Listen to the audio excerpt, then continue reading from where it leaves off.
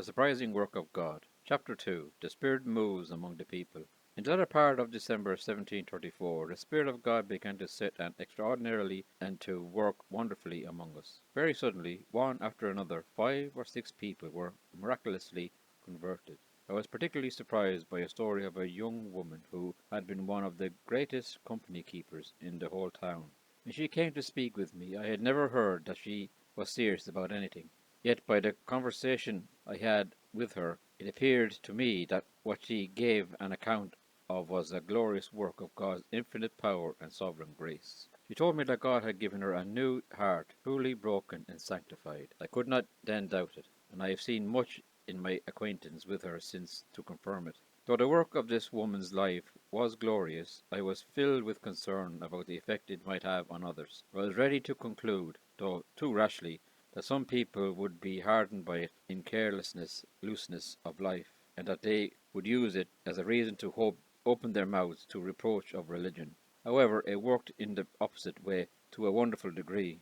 God made it more than anything else that ever came to pass in the town the greatest occasion of awakening to others. Through my private conversations with many of the people, I have had abundant opportunity to know the effect this woman's story had on them. The news of it seemed to be almost like a flash of lightning in the hearts of young people all over the town and on many others. These people among us who used to be furthest from seriousness, and who I most feared would make a mockery of her story, seemed to be awakened by it. Many went to talk with the young woman concerning what she had met with, and what had come about in her seemed to satisfy all who spoke with her. Soon after this, a great and earnest concern about the things of religion and the eternal world became universal in all parts of the town, among the people of all social positions and all ages. The noise among the dry bones became louder and louder. Talk about anything besides spiritual and eternal things was soon thrown by the wayside. All the conversation, in all companies and on all occasions, was only about religious matters, unless it was necessary for people to discuss other matters in carrying on their ordinary secular business. Discourse on anything besides religion would scarcely be tolerated in any gathering. The minds of the people were wonderfully removed from the cares of the world. The people seemed to follow their worldly business more as a part of their duty than from any attachment they had to it. It now seemed that the temptation was to neglect worldly affairs too much and to spend too much time in the exercise of religion. This is highly misrepresented by reports that were spread into other regions, which said that the people here had completely thrown aside all worldly business and had committed themselves entirely to reading the Bible and praying in such religious exercise. Although people did not ordinarily neglect their worldly business, religion was the great concern among all sorts of people. The world was simply incidental to them. The only thing on their minds was to obtain the kingdom of heaven, and everyone appeared to be pressing into it. The fixedness of their hearts in this great concern could not be hidden. It was displayed on their faces. It then was a dreadful thing among us to do without Christ, in danger every day of dropping into hell. Indeed, the people were intent on escaping for their lives and fleeing after from the wrath to come. The people eagerly took every opportunity they could find for their souls. They were inclined to meet together in private houses for religious purposes. Such meetings, when scheduled, were very crowded. There was scarcely a single person in the town, old or young, left unconcerned with the great things of the eternal world. Those who were typically and vainest and loosest, and those who had been inclined to think and speak lightly of vital and practical religion, were now generally subject to great awakenings. The work of conversion was carried on in a most astonishing manner, and it increased more and more. Souls came in flocks to Jesus Christ. From day to day, for many months at a time, sinners were brought out of darkness into marvelous light. 1 Peter 2, verse 9. Delivered out of a horrible pit and from the miry clay and set upon a rock with a new song of praise to God in their mouths. Psalms 40, verses 2 to 3. This work of God went on, and the number of the true saints multiplied, soon made a glorious change in the town, so that in the following spring and summer of 1735 the town seemed to be full of the presence of God. It had never been so full of love and joy, and yet so full of distress as it was then. There were remarkable signs of God's presence in almost every household. It was a time of joy for families, because salvation had been brought to them. Parents rejoiced over their children as if they had just been born. Husbands rejoiced over their wives, and wives over their husbands. The workings of God were then seen in his sanctuary. The Lord's day was a delight, and his tabernacle were amiable. Our public assemblies were then beautiful. The congregation was alive in God's service, everyone earnestly intent on the public worship, every hearer eager to drink in the words of the minister, as they came from his mouth. From time to time the assembly in general was in tears while the word was preached, some weeping with sorrow and distress, others with joy and love, others with pity and concern for the souls of their neighbours. Our public praises were then greatly enlivened. God was glorified by our singings of psalms in the beauty of holiness. Psalm 29 verse 2.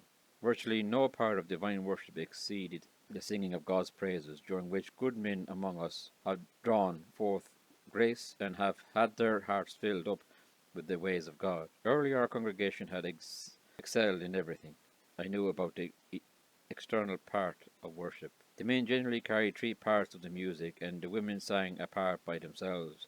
But now they were inclined to sing with unusual elevation of heart and voice, which made it pleasant indeed. In all gatherings, on other days of the week, and on all the occasions of people came together, Christ was to be heard of and seen in the midst of them. Our young people, when they met, were inclined to spend the time in talking of the excellency and dying love of Jesus Christ, the glory of the way of salvation, and wonderful, free, and sovereign grace of God, the glorious work of God in the conversion of a soul, the truth and certainty of the great things of God's word, the sweetness of his perfections, and so on. Even at weddings, which formerly were occasions of only mirth and frivolity, there was now no discourse about anything but religion, and there was no appearance of any happiness outside of the spiritual kind. Those among us who had been formerly converted were greatly enlivened and renewed with fresh and extraordinary touches from the Spirit of God. Of course, some were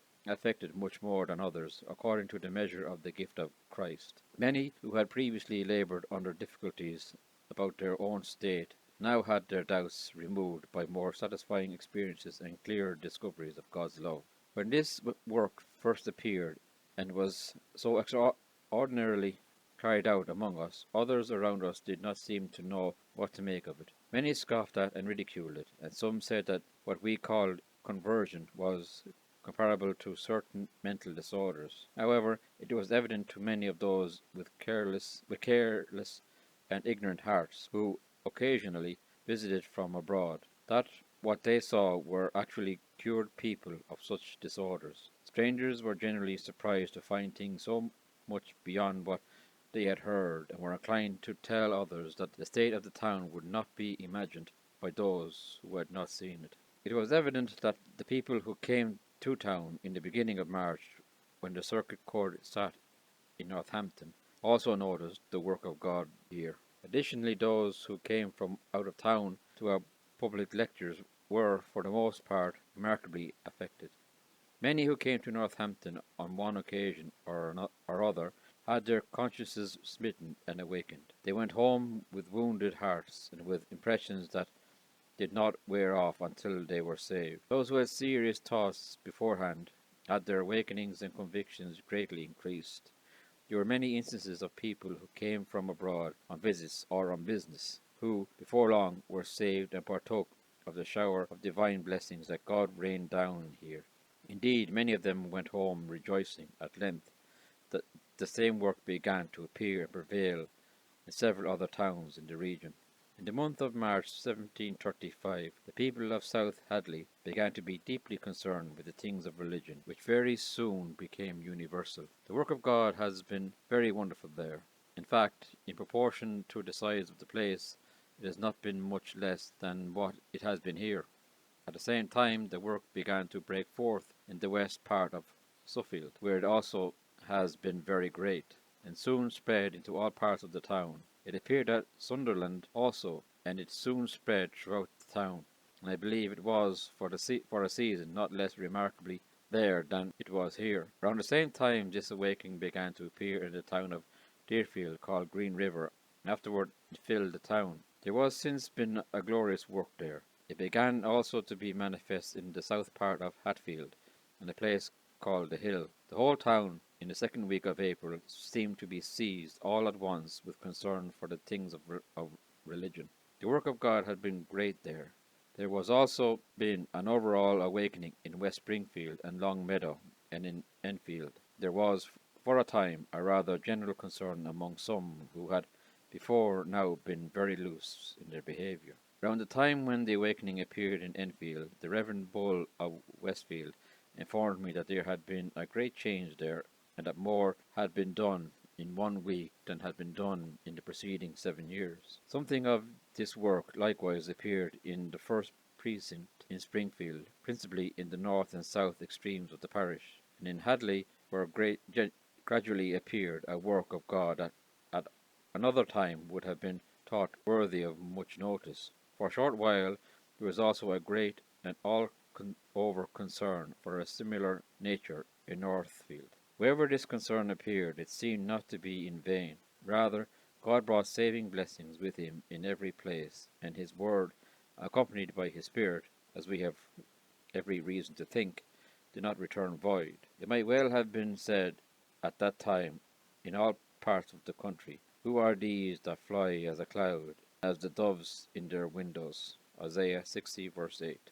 Other towns heard of this and found it to be a great means of awakening. When we heard of the extent of this work, its swift and extraordinary propagation, it served to uphold the work among us for a time. The continual news kept the talk of religion alive, and it quickened and gave joy to the hearts of God's people here. Those who saw themselves as still left behind were much awakened, and they became all the more earnest to share in the great blessings others had obtained. This remarkable outpouring of the Spirit of God thus extended from one end of this region to the other. It was not confined to Massachusetts. Many places in Connecticut have also taken part in the same mercy. For instance, the first parish in Windsor, under the pastoral care of Reverend Marsh, was simultaneously and similarly blessed as we were in Northampton, while we had no knowledge of each other's circumstances. There has been a very great ingathering of souls to Christ in Windsor,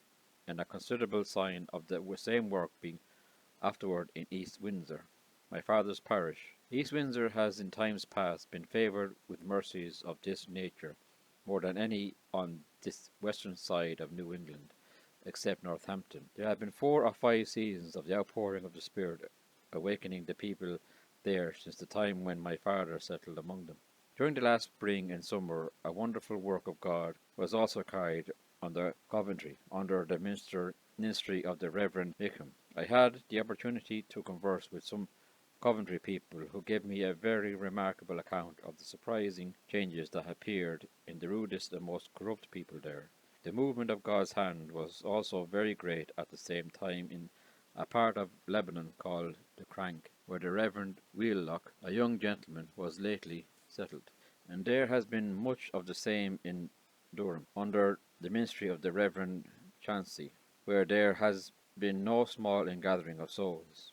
It is likewise among many of the young people in the first precinct in Stratford, under the ministry of the Reverend Gould. The work in Stratford was greatly promoted by the conversion of a young woman who had been a great company keeper, as it was here. I was informed when I was there last fall that something of this work also appeared in several other towns in the area. Since then we have been acquainted with something very remarkable of this nature at other parish in Stratford called Ripton, under the pastoral care of the Reverend Mills. There was a considerable revival of religion last summer in New Haven, as I was repeatedly informed by the Reverend Noyes, the minister there, and by others. I recently received a letter from Mr. Noyes telling me of the revival there, and I have also heard of it from other sources. This flourishing of religion still continues and has lately increased a great deal. Mr. Noyes wrote that many have been added to the church this summer, and he mentioned several young people in particular who belong to the principal families of that town. The same work has also been seen in the following towns in varying degrees: Guildford to a small degree, Mansfield under the ministry of Reverend Eliza Williams to a very considerable degree, Toland with an unusual religious concern, and Hebron and Bolton in small degrees. The North Parish of Preston, Connecticut, also witnessed a great outpouring of the Spirit of God. I was informed of this and saw a bit of it when I was visiting the church of Reverend Lord last autumn. Reverend Lord, with the Reverend Owen from Groton, came here last May to see the work that God had been doing in Northampton. Having heard various and contradictory accounts of it, they took great care to settle the questions they had about the revival. Accordingly, they held point conversations with many of our people, each of whom they declared to be entirely to their satisfaction. Reverend Lord told me that when he got home, he informed his congregation of what he had seen, and they were greatly affected by it. It proved to be the beginning of the same work among them. This work prevailed until there was a great awakening in many instances of people who were remarkably converted. I also have recently heard that there has been something of a work in Woodbury. However, this shower of divine blessing has been even more extensive than this. Indeed, there was no small degree of it in parts of New Jersey, as I was informed when I was in New York during a journey I took at the time of the year for my health. Some people from New Jersey whom I saw in New York told me about it. The Reverend William Tennant, in particular, a minister who seemed to have such things at heart, told me of a very great awakening of many in a place called the Mountains under the ministry of Mr. Cross. In addition, Mr. Tennant told me about a very considerable revival of religion in another place under the ministry of his brother, the Reverend Gilbert Tennant, and in another town a revival was taking place under the ministry of a very pious young gentleman, a Dutch minister whose name was Ringlingensen.